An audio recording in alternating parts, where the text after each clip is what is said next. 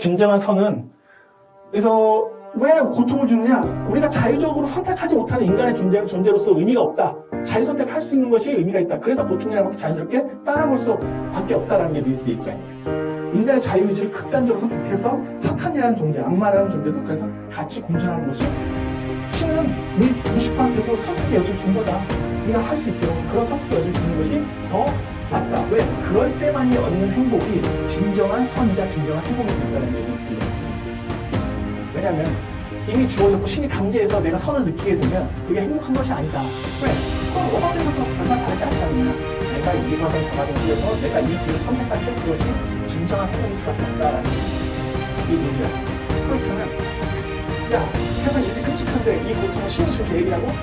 신이 준 자유의지는 그런 문제가 아니다. 만약에 신이 이미 세상을 만들어 놓으면 우리는 평생 행복하게 살 수 있겠지만 그 행복 속에서 우리가 이걸 선이자 행복이자 평화라고 느끼겠습니까?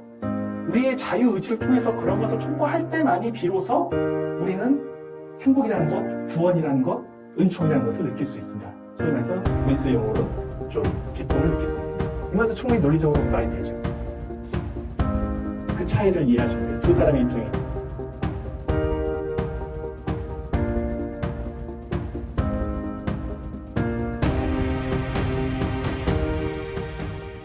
영화 전체를 계속 붙잡고 있는 질문은 유실론자와 무실론자의 만남이기 때문에 신에 대한 서로의 다른 생각들이에요. 그래서 너 프로이트 평생 신이라는 개념을 터무니없다고 하셨잖아 라고 하니까 뭐 프로이트는 그것들을 인정하면서 계속 루이스한테 꼬치꼬치 캐묻죠. 캐물으면서 뭘 하냐면 왜 네가 신을 믿게 됐을까? 근데 너는 원래 무신론자였잖아. 근데 왜 신을 묻게 됐을까라는 것을 정신분석해주고 있는 장면들이라고 보시면 돼요. 그래서 이 원래의 작품이 프로이트의 라스트 세션이에요. 세션은 뭐냐면 정신과에서 상담할 때 그 한 타임을 세션이라고 얘기를 하죠. 그래서 프로이트가 마지막으로 정신분석의 대상으로 삼은 게 무신론자였다가 유신론자로 바뀐 루이스가 왜 그렇게 바뀌었나라는 것을 파악해 주겠어. 뭐라는 그런 의도라고 생각하시면 돼요. 그러면서 내 동물에 자랐어 라고 하면서 이제 프로이트가 얘기를 하기 시작을 하고요. 그리고 또 커트가 바뀌면 안나가 이제 처음에 집으로 나갈 때 루이스와 서로 크로스되는 장면이 있죠. 이 둘은 딱 두 번 만나죠. 그리고 다시 안나가 들어올 때 루이스가 나가는 장면에 크로스가 돼서 사실은 되게 지계적으로 좀 멀거놨다. 나 같으면 절대 그런 식으로 영화 찍진 않을 텐데 라는데 뭐 처음에 만날 수는 있지만 나중에 꼭 굳이? 그러면서 무슨 어떤 의미심장한 식구의 대화를 한다든가 문학적 대화를 하는 뭐 그런 장면들로 봉합을 시키려는 구조를 만들어 놓긴 했는데 엄청나게 에너지가 있게 느껴지진 않습니다. 그럼에도 불구하고 다시 돌아가서 말씀드리면 이제 안나가 학교에서 강의를 할 때 역시 그 시대상이 드러나는 거죠. 그 여자 말 들으려고 학비 낸 줄 아세요? 어떤 학생이 따지고 있는 장면. 박사도 아니잖아요. 뭐 이런 식으로. 그 여성에 대한 것과 학위에 대한 것들, 어떤 권위주의적인 거죠. 실제로 20세기 초반에 인문학적으로 대단히 많이 연구된 것들 혹은 파시즘이라는 것이 왜 일어났는가에 대한 분석의 핵심 중에 하나는 권위주의에 대한 문제라고들 얘기해요. 그건 프랑크푸르트 학파라고 불리는, 여기까지 가면 너무 멀리 가니까 그 프랑크푸르트 학파들이 연구할 때도 권위주의라는 것이 붕괴되는 시대를 맞이하면서 그것이 무너지니까 새로운 권위주의로 대두된 게 뭐냐면 파시즘이라는 거예요. 이 생각은 좀 여러 가지를 해보실 수가 있어요. 그냥 아이디어만 던져드릴게요. 한번 나중에 편하게 기회가 되실 때 한번 생각을 해보세요. 한국 사회도 이제 권위주의가 계속 무너지고 있잖아요. 그러면 뭐가 생기냐면 그것에 대한 반동이 생겨나요, 사회적으로. 그것이 사실은 뭐 국가를 누가 통치하고 있느냐라는 것에 대한 문제, 누구를 선택할 것이냐 대통령으로 하는 문제도 권위주의가 붕괴되는 시대에 되게 이상한 양태들로 나타난다는 거예요. 이건 한국 사회가 지금 겪고 있는 현상일 뿐만 아니라 전 세계적으로 비슷하게 일어나요. 그래서 이 얘기를 하는 것들은 저 시대가 그 권위주의가 상실되는데 제가 자주 강연 때 하는 말 중에 하나, 히틀러에 대해서 하는 말 중에 하나는 뭐냐면 히틀러는 자기가 힘으로 독일 국민들을 제압해서 총통이 된 사람이 아니에요. 민주주의적 선거 방식으로 뽑힌 사람이에요. 우리가 오해해서는 안 됩니다. 그 어떤 독재자도 기본적으로 그 사람이 힘으로 제압하는 경우는 생각보다 많지 않아요. 다 뽑아줘요. 물론 이상한 짓을 하긴 했지만 그럼에도 불구하고 뽑는다고요. 그러니까 저희에겐 여전히 위신의 그림자가 강력하게 있을 수밖에 없겠죠. 그런 것처럼 사실은 이런 권위주의적 시대라고 하는 것들의 그리움이 불러내려는 한 요소로 안나라고 하는 캐릭터를 쓰는 건 되게 유효적절했다고 저는 판단됩니다. 그러니까 남성 중심주의. 그리고 안나라는 인물조차도 프로이트를 벗어나지 못하잖아요. 회상 장면에서 보면 아버지에게 계속 매달리는 어떤 딸의 모습들, 그것이 애착장애라고 부르던 뭐든 그런 권위에 대한 상실에 대한 공포와 두려움이 사실은 1, 2차 세계대전이라고 하는 유럽의 시대상이나 세계상과 되게 깊게 연결되어 있는 문제다라는 거예요. 우리가 이상한 선택을 할 때 그 당시엔 안 보이겠지만 그 시대를 지나고 나서 보면 난 안 뽑았어 라고 하는 말도 되게 웃긴 말이라고 생각하는 거거든요. 결국 뽑힌 결과에 대해서는 누구나 다 동시에 책임져야지 세계가 바뀔 텐데 항상 보면 난 1번 찍었어, 넌 2번 찍었어. 이거 갖고 왜 싸웁니까 지금? 참 그게 제일 웃긴데 우리의 되게 기본적인 레토릭이 되어버리는 순간에 바뀔 건 없는 거겠죠. 항상. 갈라치기나 진영 논리가 되는 건데 이 영화 안에서 자세히 보시면 그런 갈등들이 있는데 이 영화 궁극적으로 지향하는 건 굳이 이것을 2023년도에 소개를 하게 된 이유는 유신론과 무신론이라고 하는 건 요즘은 그런 거 갖고 대학교 다닐 때 안 싸우시나요? 싸우세요 혹시? 넌 신이 있다고 생각하니 신이 없다고 생각하니? 저 때는 열심히 싸웠거든요. 술 먹다가 말고.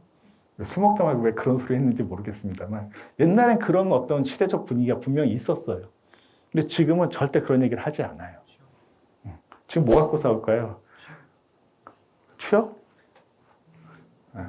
그래도 뭐 그런 것보단 낫긴 하겠네요. 여하튼 다시 돌아가서 얘기하시면 저기 이제 도로시와의 관계.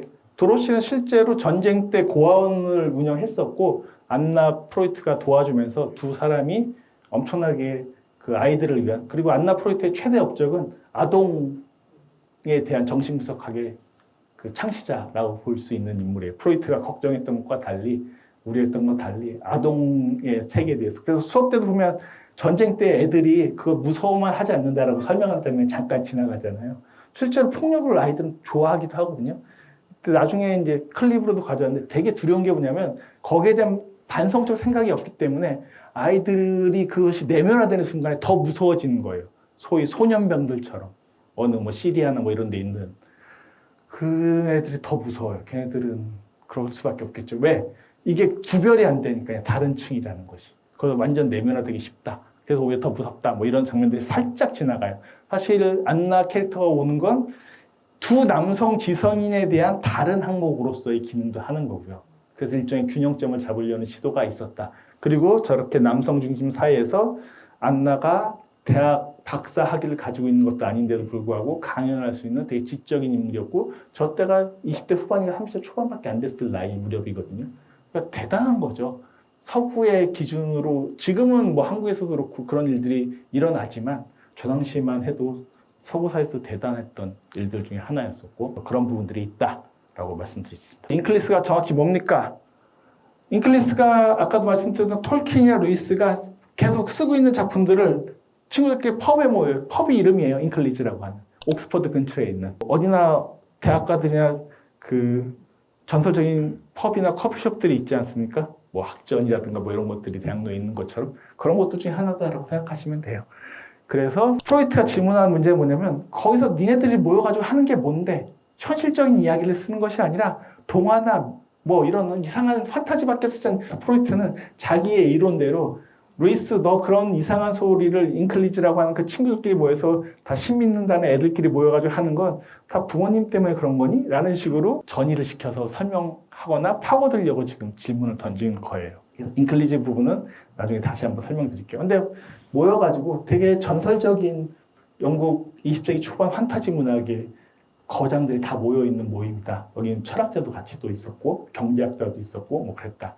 원래 20세기 초반에 옥스퍼드 학파가 되게 유명합니다. 뭐 케인즈라든가 경제학이나 모든 이론들의 기초들이 이 옥스퍼드 학파로부터 문학, 언어학, 경제학, 철학 이런 부분들이 다 나오기 때문에 지성사에서는 되게 중요하게 다뤄지는 또 그런 부분들도 있습니다. 그리고 그 부모님에 대해서 그런 거니라고 물어보니까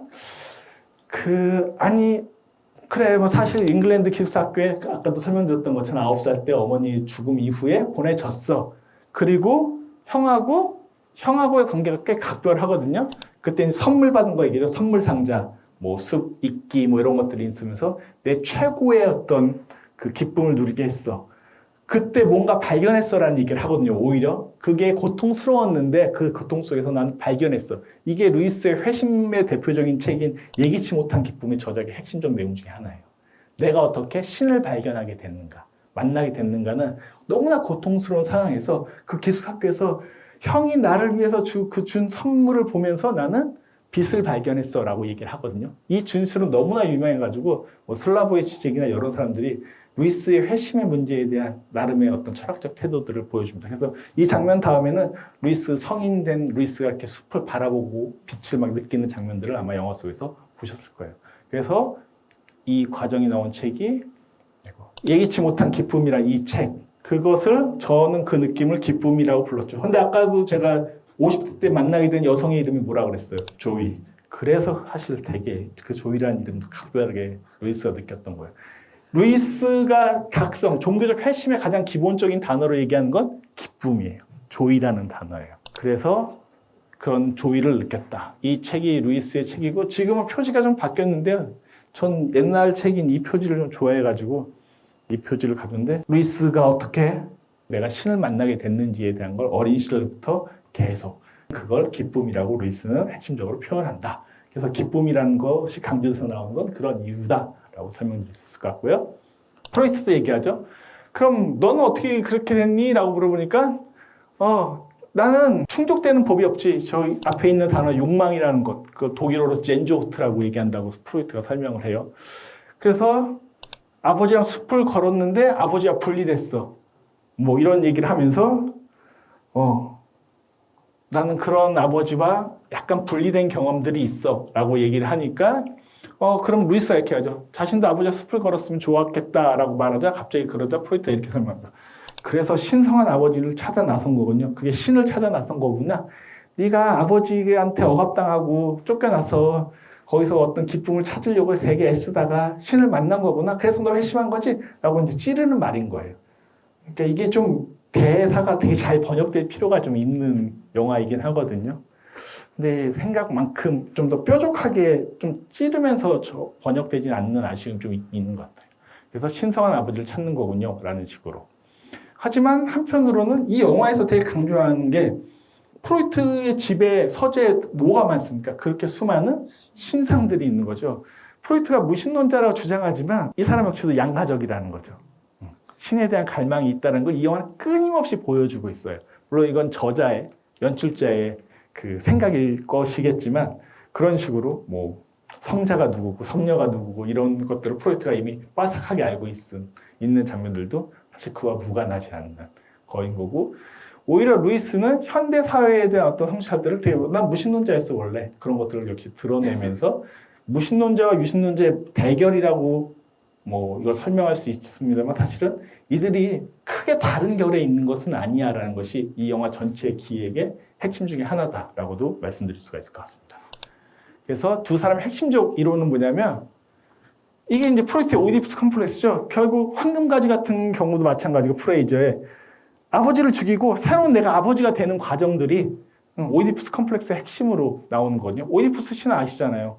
뭐 물론 모르고 그랬다 치더라도 테베로 들어오던 오이디푸스가 어떤 남자를 죽였는데 알고 봤더니 나중에 그가 아버지였다. 아버지를 죽이고 내가 뭐가 된다? 나도 모르는 사이에 테베의 왕이 된다라는 게. 그래서 테베의 역병이 들고 역병이 돼서 그 이유를 찾는 게 소포클레스가 쓴 오이디푸스의 서사의 핵심이거든요.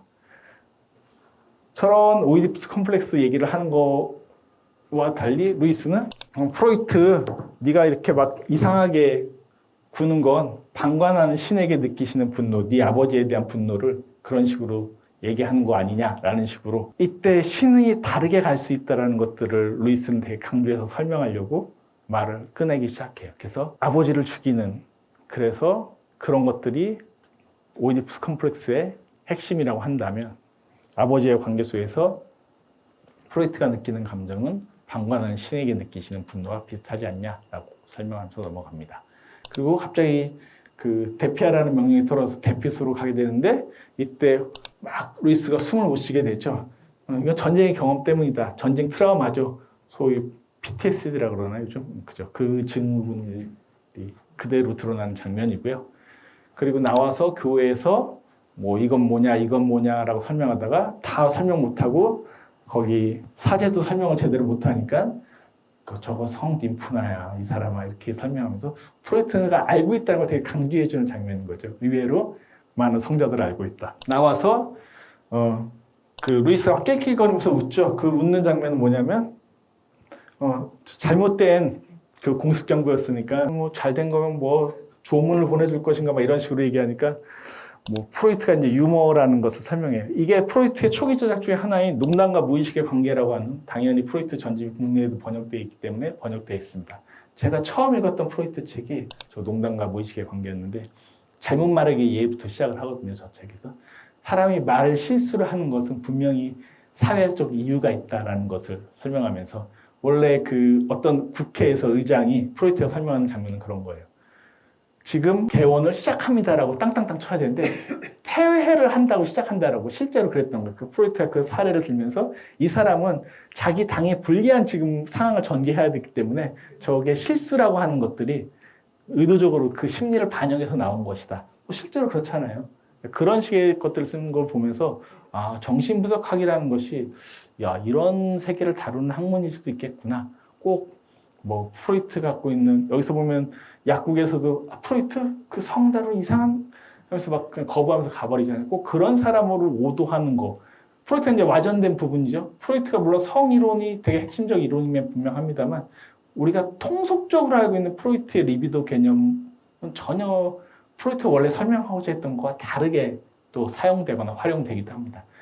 어쨌든 그러면서 이제 루이스가 프로이트의 농담과 무의식의 관계 나 읽었어요 라고 하면서 재미없던데요? 이렇게 얘기하니까 프로이트가 막 짜증내는데 루이스 입장에서 그럴 수 있죠. 루이스는 작가니까 제대로 된 유머가 무엇인지를 구사하고 싶은데 프로이트는 네가 임상학적 기록들을 가지고 정리하는 유머는 그다지 재밌지 않아. 그래서 유태인에 대한 농담을 얘기하잖아요. 밀었는데, 때를 밀었는데 그게 실제로 밀은 거냐? 이런 어떤 언어적인 건데 그게 뭐 재밌어요? 이런 식으로 루이스가 시니컬하게 굴고 가는 장면들이 나왔죠. 인클리지에 대해서 다시 물어보게 되니까 이제 그 펍에서 모여있는 모습들이 나오면서 이 장면은 지금 화질이 딱 안 나오지만 톨킨과 루이스가 서로 대화하고 있는 장면이에요. 톨킨이에요, 톨킨. 당연히 인클리지 멤버의 핵심적인 용어는 루이스와 톨킨이죠. 그런데 톨킨은 캐톨릭 쪽에 더 가까웠었어요. 그래서 캐톨릭이었었고 이미 신에 대한 것들을 믿고 있었던 사람이어서 루이스가 설득되는데 회심하는데 많은 또 영향을 준 인물로서도 알려져 있습니다. 그러면서 신화와 전설을 엮은 허구의 선집이라 한데 그리스도의 그 구약 성경이나 신약 성경들은 좀 달라. 신이 자신을 직접 드러낸 결과야 라면서 논리적으로 설명하면서 톨킨이 그렇게 얘기하죠. 존 톨킨이.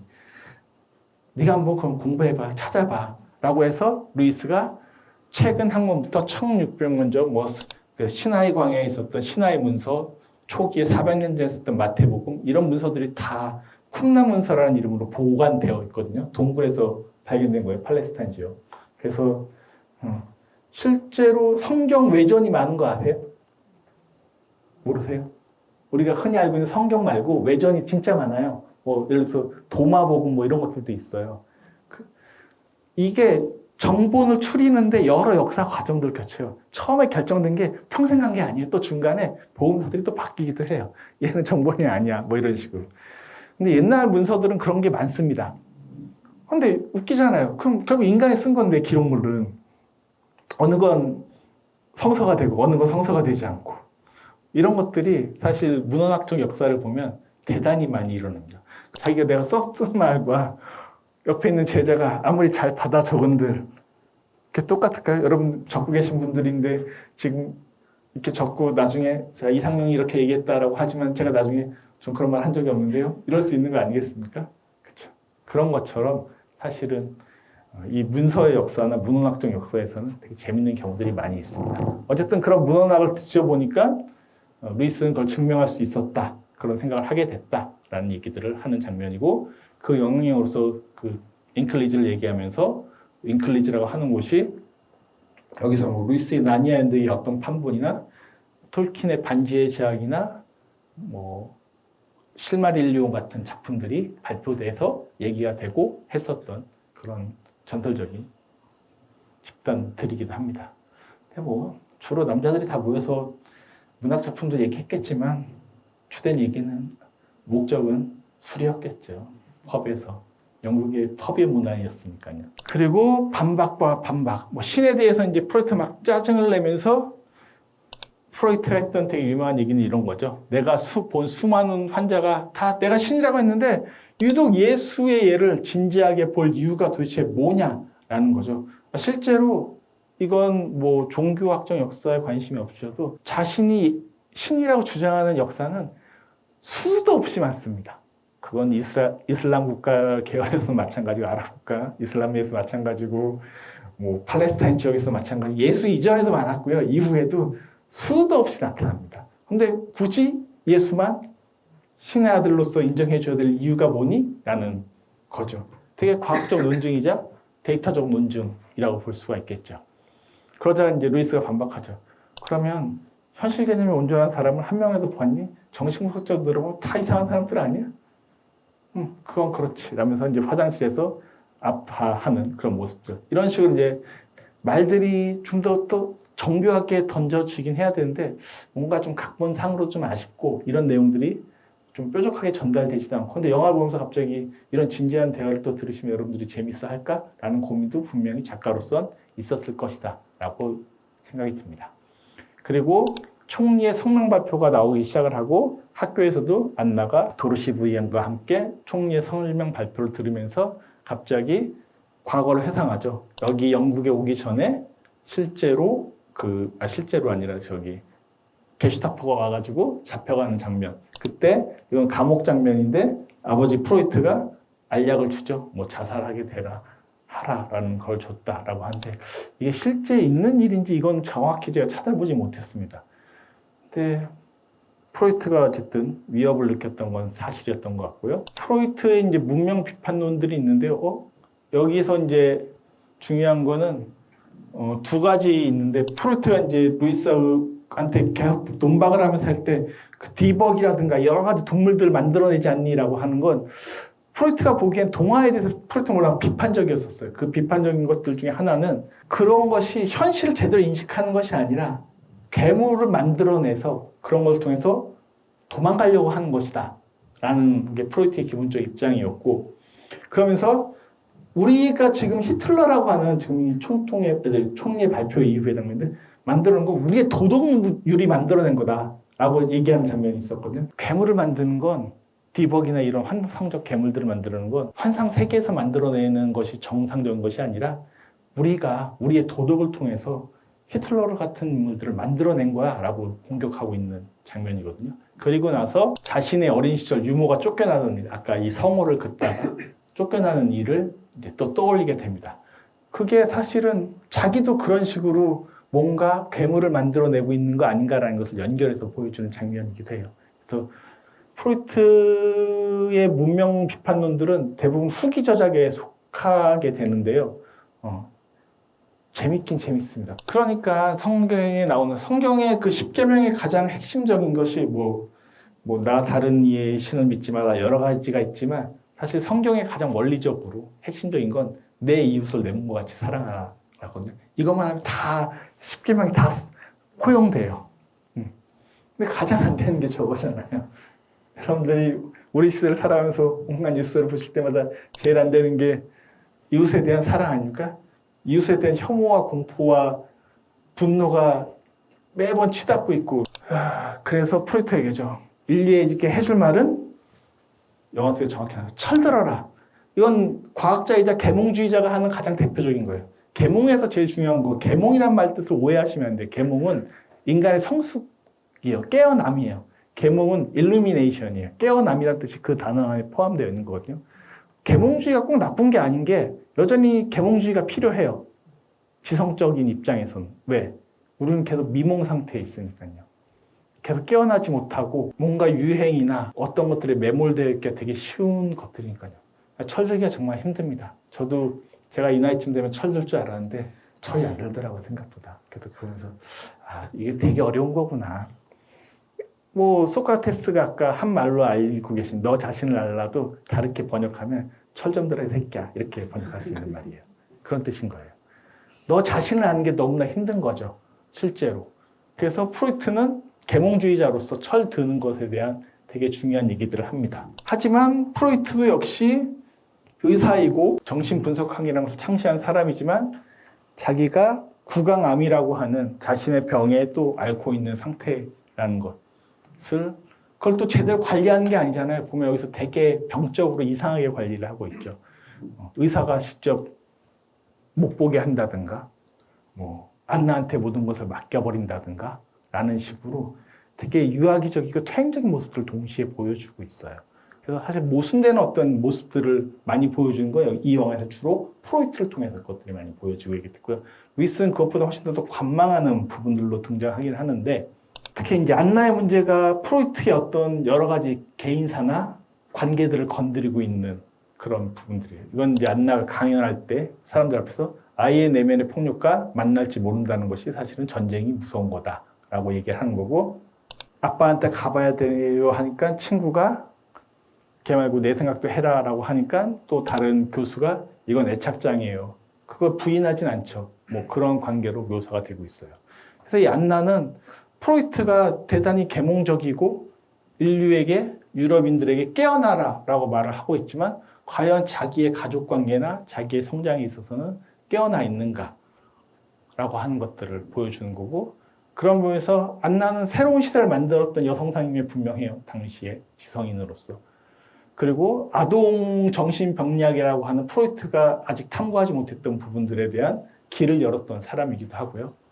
그리고 레즈비언으로서 성에 대한 다른 이론의 필요성에 대한 문제를 경험적으로 직접적으로 또 제기했던 사람이기도 하고요. 물론 자신의 안나의 이론에서 그것이 드러나는 것은 아니지만 프로이트가 다른 논문들에서 뭐 예를 들어서 레오나르도 다빈치에 대해서 쓴 글이 있거든요. 그래서 되게 유명한 프로이트의 책인데 거기서 보면 다빈치가 동성애자라는 것을 여러 가지 논증을 통해서 증명을 해요. 그것이 예술적 창조에 어떤 도움이 되는지도 또 증명을 하기도 해요. 그런 것들처럼 프로이트가 영화 속에서 나오죠. 나는 뭐 호모를 레즈비언을 뭐 동성애를 혐오하지 않는다 이렇게 번역돼서 있는 것처럼 실제로 거기에 대해서 프로이트가 혐오적인 발언을 한 적이 없어요. 그런 것에 대해서 좀 다른 입장으로 오히려 전일적으로 생각했던 부분들이 있다라고 할 수 있을 것 같고요. 그것이 어쨌든 안나의 문제를 통해서 이 이야기 전면에 튀어나오도록 만들어주는 역할을 한다라고 말씀드릴 수는 있을 것 같습니다. 그리고 이제 또 하나의 되게 중요한 대화가 신에 대한 대화라면 성에 대한 대화인 거죠. 그래서 아까 루이스의 네 가지 사랑이 되게 신에 대한 중요한 개념들을 다루고 있다고 말씀드렸는데 프로이트는 성은 이게 성이라는 건 리비도예요. 리비도. 프로이트적 용어로. 그래서 일반적인 생물학적 성이라든가 그냥 우리가 생물학적 성관계하고는 좀 달라요. 그 원천적인 에너지로서. 모든 행복의 원천이고 이 사람은 이걸 되게 광의적인 의미로 모든 에너지들이 성적 에너지라고 생각을 해요. 이때 이제 물리학적으로는 에너지 보존의 법칙이 적용된 거기도 하거든요. 프로이트 이론 안에서. 우리가 어떤 걸 쓸 때 이런 에너지를 겉으로 현상적으로 나타나는 건 다 각각의 다른 에너지만 뭐 공부를 열심히 하고 예술작품을 만들고 뭐 돈도 많이 벌 욕심을 내고 다 다른 에너지처럼 보이지만 사실 그 안에 기본적으로 장착되어 있는 건 프로이트식으로 환원하면 리비도라는 개념이다. 이 성 에너지를 다르게 다 그 에너지를 쓰고 있는 거다라는 식으로 이제 이해할 수 있어요. 그리고 그때 나온 게 한때는 이 쾌락이라는 용어가 부정적으로 달아지고 요즘은 긍정적으로 받아들이시나요? 부정적으로 받아들이시나요? 어떤 느낌이시죠? 프로이트가 이미 이 플레저라고 하는 그 개념을 되게 중요한 인간의 상호작용이자 뭐 소위 말해서 에로스와 타나토스가 프로이트의 또 두 가지 축이기도 한데 이 성적 에너지를 통해서 생명력을 발휘하는 동시에 그 안에 완전히 어두운 그림자로서 죽음이라고 하는 타나토스가 존재한다라고 얘기할 수 있는데 이런 상호작용을 모두 성적이라고 나는 표현하거든. 이걸 리비도라고 표현하거든. 이렇게 이제 설명하는 그런 부분들이 있는데 그에 비해서 루이스는 이 네 가지 사랑에서 사랑들의 종류를 다 구별을 해요. 그래서 뭐 남녀의 사랑도 있고 우정도 있고 이런 것들을 구별하면서 성적인 사랑에 대해서 프로이트가 그 당시에 통용되고 있었던 그 성적인 사랑에 대해서는 신께서 주신 역시 또 중요한 핵심을 다루는 조이예요. 기쁨의 여러 가지 양태 중에 그건 하나일 뿐인 것이고 성적인 사랑이라는 것은 지속도도 짧다, 순간적일 뿐이다 라고 얘기를 하면서 서로 전혀 성에 대한 이해도가 다른 부분들이 있다라고 볼 수 있는데, 아까 인클리지가 나왔던 것처럼 루이스의 그 성에 관한 이론에서 정말로 중요하게 다뤄지는 부분들은 우정에 대한 거예요. 우정이 성 에너지 중에 또 하나로 다뤄지면서 루이스 세계에서는 사실은 우리가 많은 관계들을 유지하는 데 있어서 사랑 이상으로 중요한 게, 그래서 남녀 사이에도 뭐 친구 같은 부부도 있다고 흔히 얘기하는 것처럼 그것이 더 중요한 것이 될 수도 있다. 뭐 통속적이고 세속적인 말로는 그래, 부부의 사랑은, 연인의 사랑은 뭐 생물학적으로 6개월을 못 넘기는 거고 그 다음엔 의리로 사는 거지 라고 얘기하는 것처럼 그 의리가 뭐 루이스의 우정일 수도 있긴 있습니다. 근데 사실 우정이라는 건 되게 중요하게 저도 느껴져요. 꼭 루이스의 책 때문이 아니라 성이나 사랑에 대해서 여러 가지 관점들을 분명히 가질 수 있다. 우리가 어떤 일을 할 때 꼭 정념적인 사랑이 아닐지라도 다른 것들 때문에 어떤 호의나, 그래서 내가 우정에 대한 정리를, 전쟁과 우정인데 단지 위장된 에로스, 그래서 루이스가 한 말이에요. 혹은 정교하게 고안된 형태로서 에로스를 보는 사람들은 이건 딱 프로이트를 지칭하는 말이에요. 그들이 전혀 친구를 사귀지 않았다는 사실을 드러낸다. 연인들은 서로를 마주보며 몰입하지만 친구들은 공통의 관심사에 몰입한다. 그래서 루이스는 프로이트의 충동 이론이라고 하는 것을 반박하면서 이런 얘기도 했어요. 이게 요즘 딱 맞는 것은 아닐 수도 있겠습니다만 또 전혀 무관하지는 않아요. 이것도 루이스가 한 말이에요. 성적으로 문란한 시대의 많은 여성들이 처녀성을 잃은 까닭은 사랑에 빠져 서러기보다는 나논의 동조를 따르는 한 동아리에 소속되는 욕구 때문이 아닐까라고 생각을 한다.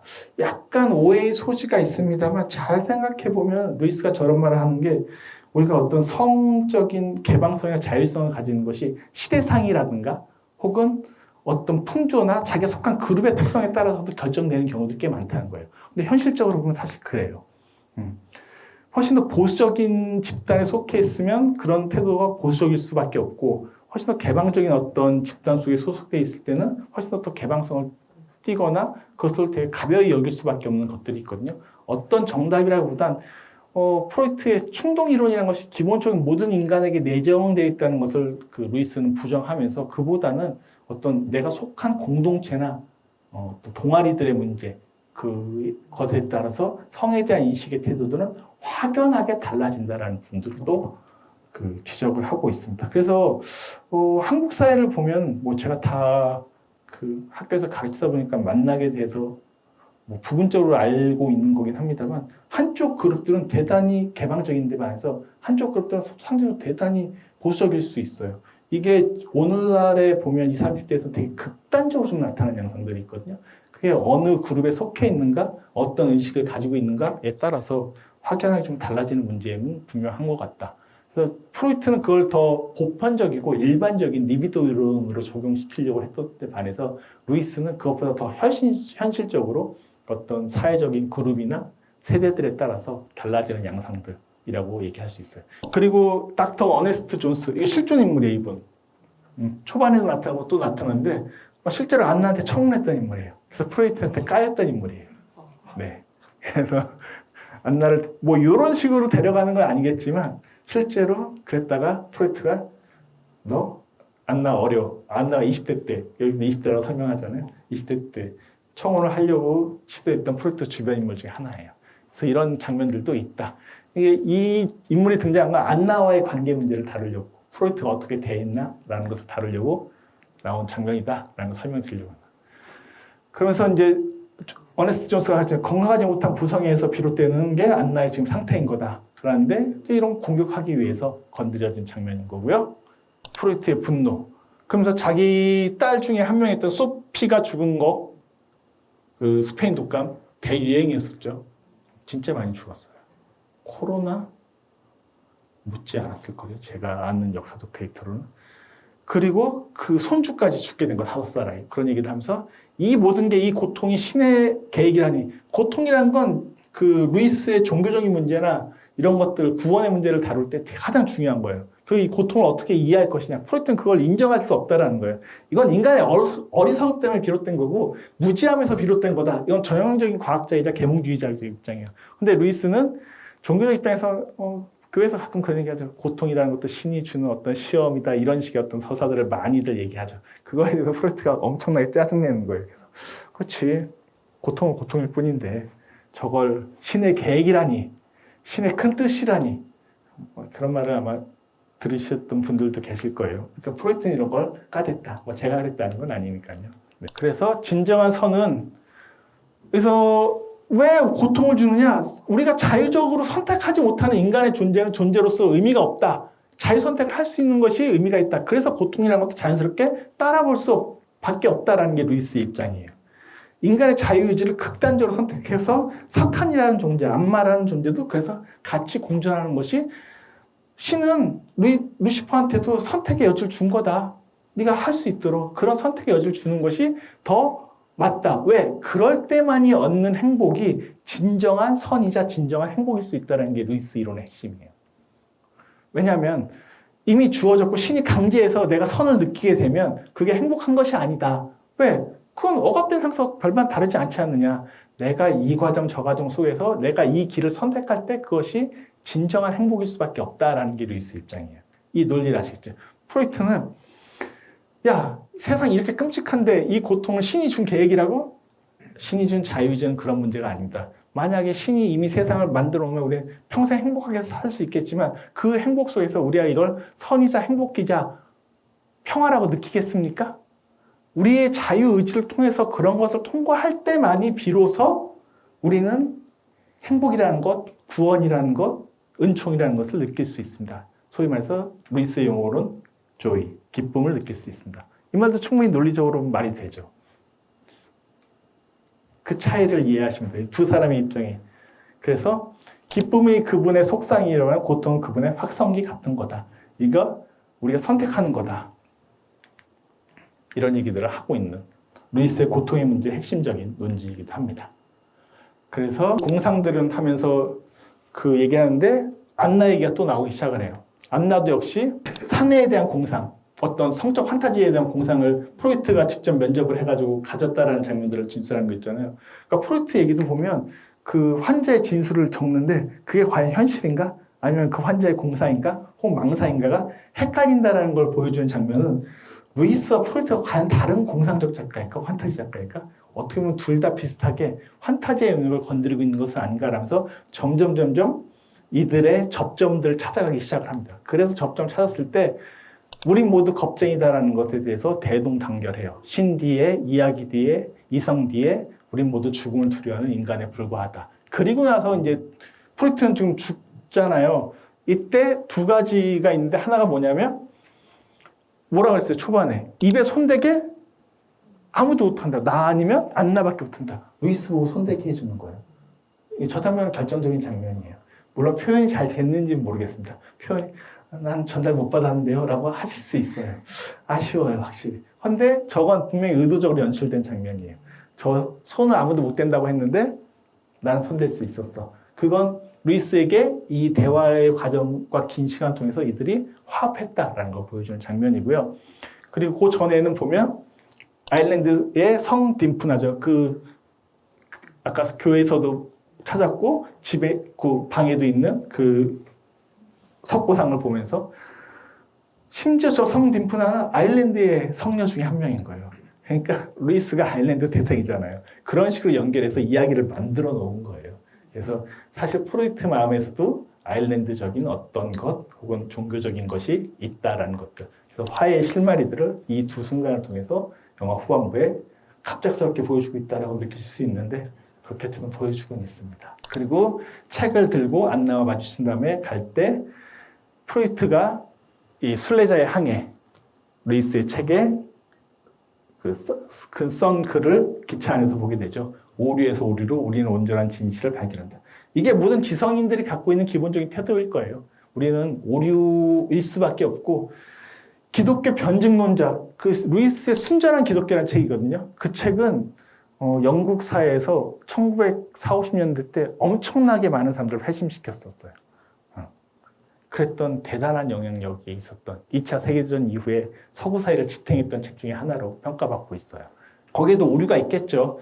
그러니까 변증론가는 뭐냐면 그걸 논리적으로 끊임없이 설명하려고 드는 게 변증론의 핵심이에요. 그런 걸 하는 것. 그리고 프로이트가 수많은 얘기들을 쓰는 것도 역시 어떤 우리가 언어를 쓰는 지성적 존재로서 오류에서 오류로 계속 수정해가면서 진실을 발견한다. 그래서 루이스가 그것을 보면서 킥 웃고 영화는 끝이 나게 됩니다. 그래서 이 영화가 꽤 많은 디테일들이 있고 유신론과 무신론을 바탕으로 해서 두 유명한 20세기의 사상가들의 어떤 세계관의 대립들을 다루고 있는데 정교하게 엮긴 힘들 거예요. 왜냐하면 그 둘이 실제로 싸웠던 적은 없으니까. 하지만 약간 객관적인 입장에서 마치 연극 한 편을 보는 것처럼 그 실내 공간에서 벌어지는 그리고 2차 세계대전이 발발하기 직전이라고 하는 상황도 되게 중요한 상황적 논리 속에서 이들의 대립이 결국엔 어떤 화해의 길을 찾아가야 되는 것이 인간이 갈 어떤 선 의지가 아니겠느냐라는 부분들을 보여주고 있다라고 할 수가 있을 것 같습니다. 네, 들어주셔서 감사합니다. 수고하셨습니다. 질문 있으시면